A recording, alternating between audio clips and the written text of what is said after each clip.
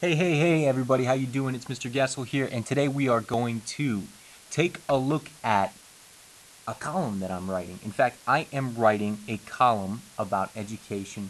It's a persuasive column. The reason I'm choosing to show you this is because it sort of bridges the gap between the editorial and the column. It's a little of both. It's written in first person, as you'll see, but I also have the structure of an editorial, more or less the structure of an editorial, and you'll see that too.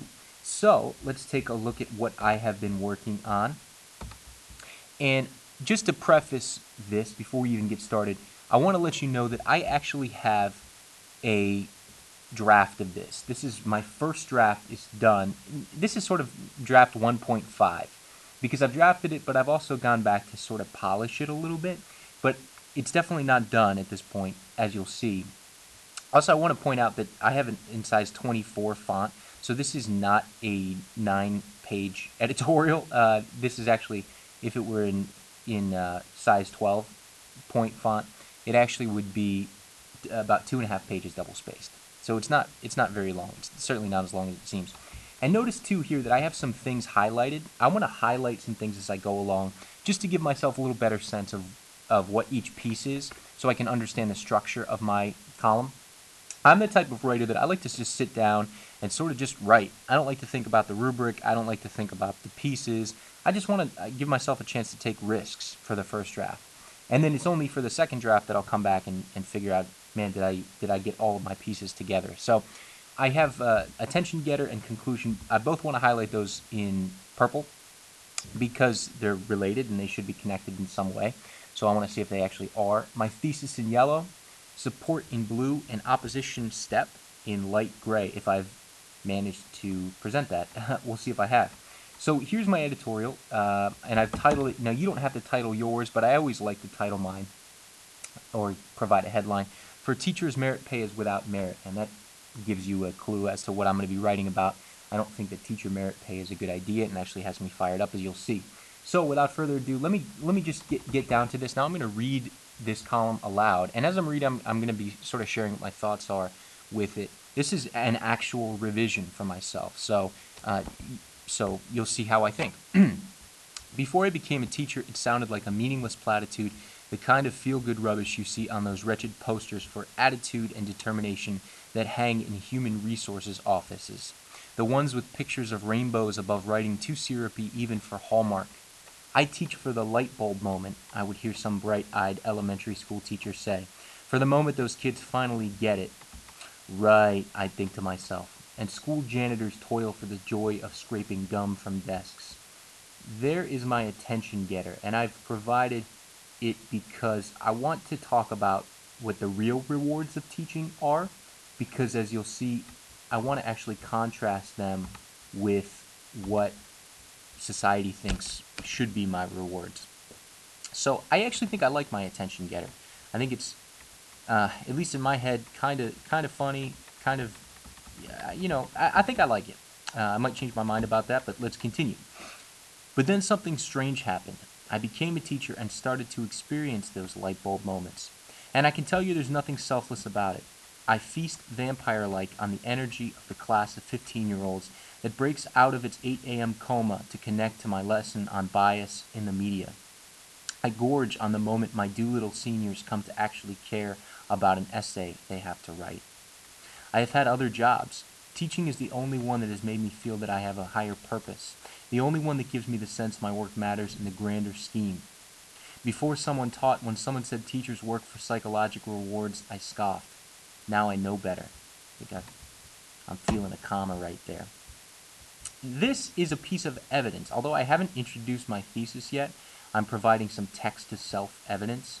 So I am going to highlight that in blue. So there's some personal evidence that I have included here. So moving forward, hopefully I'm going to introduce my thesis soon. And yet those who claim to know better still, those bastions of wisdom in the halls of Harrisburg and Washington, D.C., there's my snark, believe I'd do my job better if they paid me based on my students' test scores. The economic model. It works for used car sales, right? In fact, this idea is becoming increasingly popular, with states around the nation, including Pennsylvania, racing to embrace it.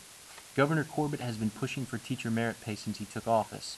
This philosophy stands on two deeply naive and misguided assumptions: that financial incentives alone, independent of training, can improve teacher performance, and that teachers are principally motivated by money. Here's my thesis, finally, right? Um, Here it is. So I'm going to highlight that in yellow.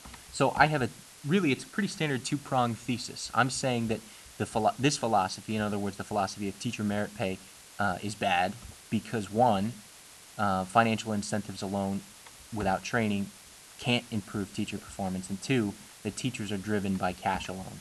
So those are the two things that I'm going to prove, and now, hopefully, my essay will outline those two moving forward. Cynics have accused those pulling education's purse strings of throwing money at problems. So how is it that teacher merit pay, at least among non-educators, seems unassailable? Offering carrots for strong performance is fine if you're dealing in simple tasks. The promise of more cash no doubt quickens the fingers of assembly line workers and silvers the tongues of sales professionals. So here's a place where, and I do this sometimes, I think a lot of writers unfortunately fall back on this sometimes.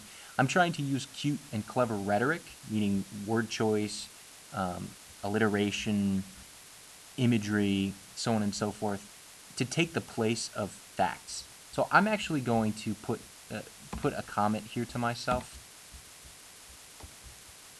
You need a statistic or support. So instead of giving a statistic here about how, more cash, more money can actually help improve performance, I'm saying that it no doubt quickens the fingers of assembly line workers and silvers the tongues of sales professionals. It sounds really cute, but it's actually, it's hiding a hole in my essay, or a flaw in my essay, where I just need support. But teaching is incredibly complex. This is a difficult concept for many to grasp. Teachers have done a terrible job. This is a difficult concept for many to grasp. I don't like this. I feel like this is condescending. It's going to turn off my readers. They're going to think that I'm talking down to them or something like that. I think that's going to have to come out. Teachers have done a terrible job of branding themselves. There's a wide misconception that education is all babysitting and apples on desks. I couldn't hope to do it justice in this space, but to those interested in discovering how challenging teaching really is, I offer a challenge.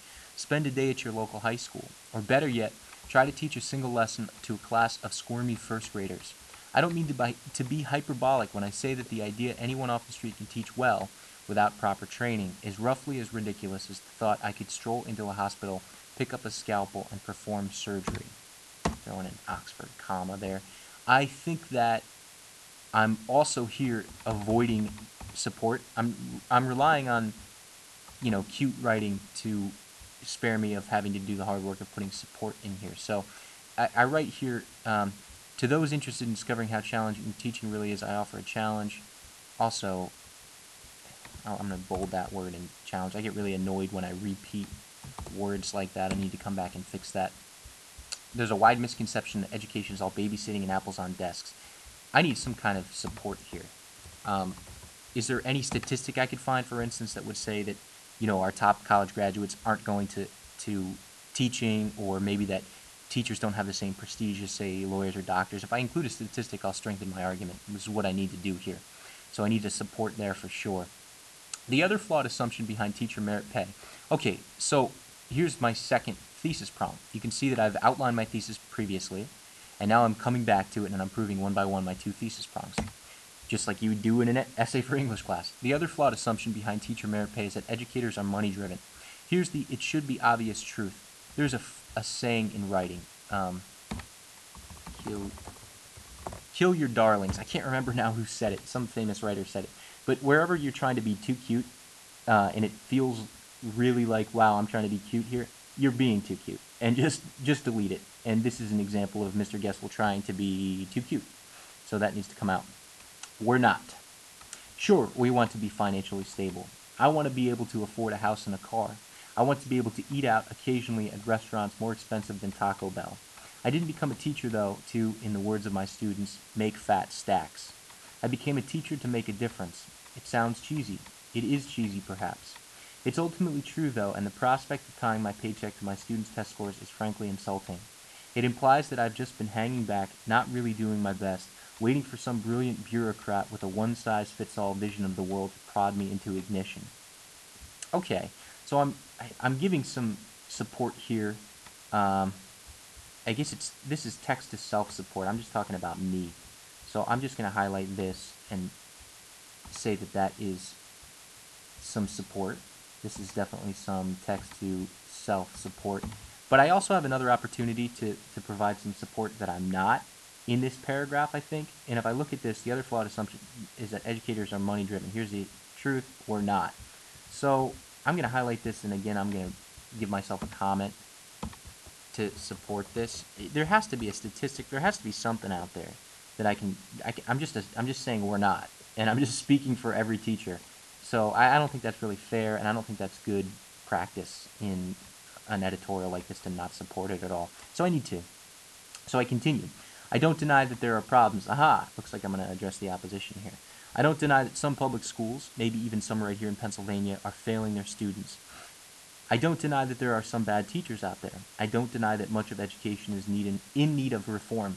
But throwing money at educators... Okay, now I'm going to refute the opposition, it looks like. So here we go. Here's the opposing step.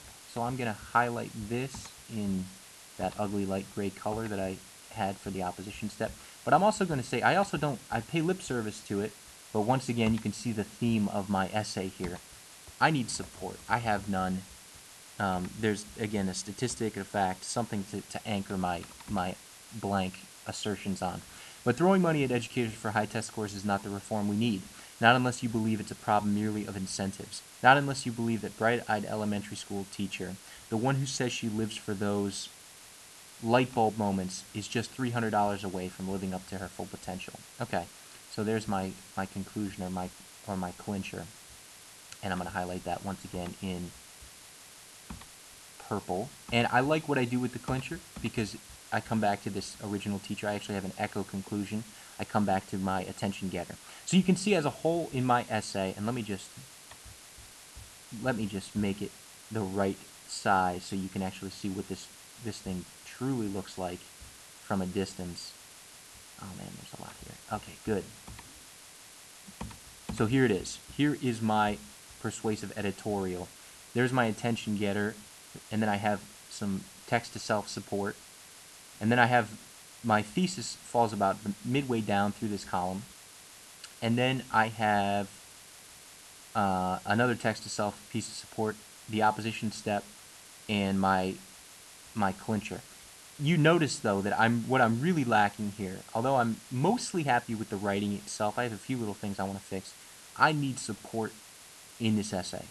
I'm sorry, in this column, and big time.